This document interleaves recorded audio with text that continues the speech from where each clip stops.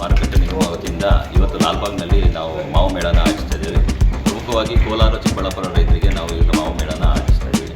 ಇದು ಒಟ್ಟು 26 ದಿವಸ ಮೇಳ ನಡೆಯುತ್ತೆ. ಇವತ್ತು 4ರಿಂದ ಹಿಡಿದು ಅಪ್ ಟು 30ವರೆಗೂ ಈ ಮೇಳ ನಡೀತದೆ.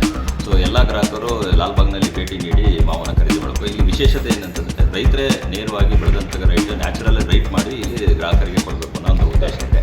ಸೊ ಇಲ್ಲಿ ರೇಟ್ ಸಹ ಕಮ್ಮಿ ಇದೆ. ನೀವು ಹೊರಗಡೆ ಹೋದರೆ ನ್ಯಾಚುರಲ್ ರೈಪ್ಡ್ ಮ್ಯಾಂಗೋಸ್ ನೀವೇನಾದರೂ ಮಾಲ್ಗಳಲ್ಲಿ ಹೋದರೆ 400 ರೂಪಾಯಿ 500 ರೂಪಾಯಿ 600 ರೂಪಾಯಿ ಕೆಜಿ ಇರ್ತಾರೆ ನಮ್ಮ ಗ್ರಾಹಕರಿಗೆ.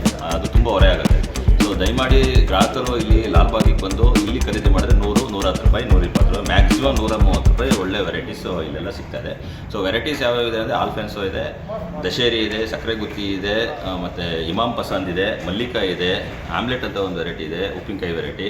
ಆಮೇಲೆ ನ್ಯಾಚುರಲ್ಲಿಯಾಗಿ ಬೆಳೆದಂಥ ರೈತರು ನೇರಳೆನೂ ಸಹ ಇಲ್ಲಿ ಅವೈಲೇಬಲ್ ಇದೆ. ಮತ್ತು ಹಳಸು ಸಹ ಒಂದು 15 ಸ್ಟಾಲು ತುಮಕೂರು ಭಾಗದಿಂದ ಮತ್ತು ಈ ಕಡೆ ಬೆಂಗಳೂರು ಸುತ್ತಮುತ್ತದ ಭಾಗದಿಂದ ರೈತರು ಬಂದು ಹಾಕಿದ್ದಾರೆ. ಸೊ ಅದಾದ ನಂತರ ಇಲ್ಲಿ ಒಂದು ಎಕ್ಸಿಬಿಷನ್ ಸ್ಟಾಲು ಸಹ ಮಾಡಿದ್ದೀವಿ. ಎಷ್ಟು ವೆರೈಟೀಸ್ ಆಫ್ ಮ್ಯಾಂಗೋಸ್ ಬೆಳೀತಾರೆ ಇಂಡಿಯಾದಲ್ಲಿ ಅದನ್ನು ಮಾಡಿದ್ವಿ. ಹಳಸು ಎಷ್ಟು ವೆರೈಟೀಸ್ ಬೆಳೀತಾರೆ ಅಂತ ಇಂಡಿಯಾದಲ್ಲಿ ಅದನ್ನು ಮಾಡಿದ್ವಿ.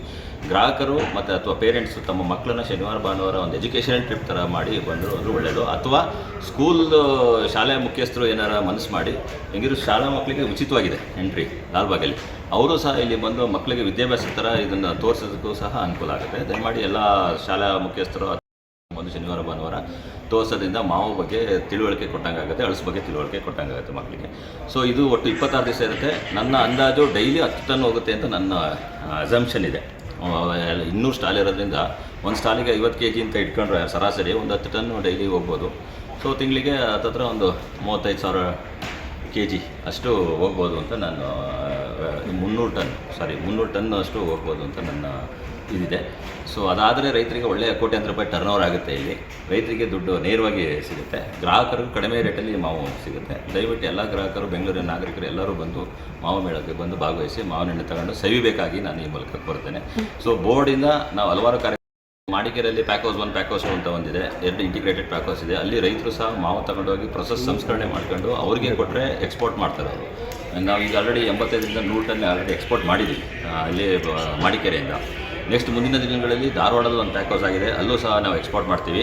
ನೆಕ್ಸ್ಟು ಬೈರಪಟ್ಟಣ ಇದೆ, ಬೈರಪಟ್ಟಣದಲ್ಲೂ ಸಹ ಅಲ್ಲಿಂದಲೂ ಸಹ ಎಕ್ಸ್ಪೋರ್ಟ್. ಇವೆಲ್ಲ ಕೇಂದ್ರಗಳು ನೆಕ್ಸ್ಟ್ ಸುಚಿತವಾಗಿ ನಡೆದ್ರೆ ಅಂದ್ಕೊಂಡಾಗ ನಡೆದ್ರೆ ಕನಿಷ್ಠವಾಗಿ ನಾವು ನೆಕ್ಸ್ಟ್ ಇಯರ್ 1,000 ಟನ್ನನ್ನು ಹೊರದೇಶಕ್ಕೆ ನಾವು ಎಕ್ಸ್ಪೋರ್ಟ್ ಮಾಡಬೇಕು ಅಂತ ನಾವು ಗುರಿ ಇಟ್ಕೊಂಡಿದ್ದೀವಿ. ಇದು ಗಲ್ಫ್ ವಾರ್ ಆಗ್ತಾ ಇರೋದ್ರಿಂದ ನಮಗೆ ಈ ವರ್ಷ ಸ್ವಲ್ಪ ಎಕ್ಸ್ಪೋರ್ಟ್ ಕಡಿಮೆ ಆಯಿತು. ಯಾಕೆಂದರೆ ಮೇಜರ್ ಗಲ್ಫ್ ಕಂಟ್ರೀಸ್ ಸ್ವಲ್ಪ ಮಾವಿಗೆ ರೇಟ್ ಡೌನ್ ಆಗಿದೆ. ಬಟ್ ಆ್ಯಸ್ ಆಫ್ ನಾವು ರೈತರಿಗೆ 110, 130 ಸಿಕ್ಕಿದ್ರೆ ರೈತರಿಗೆ ಅನುಕೂಲನೇ.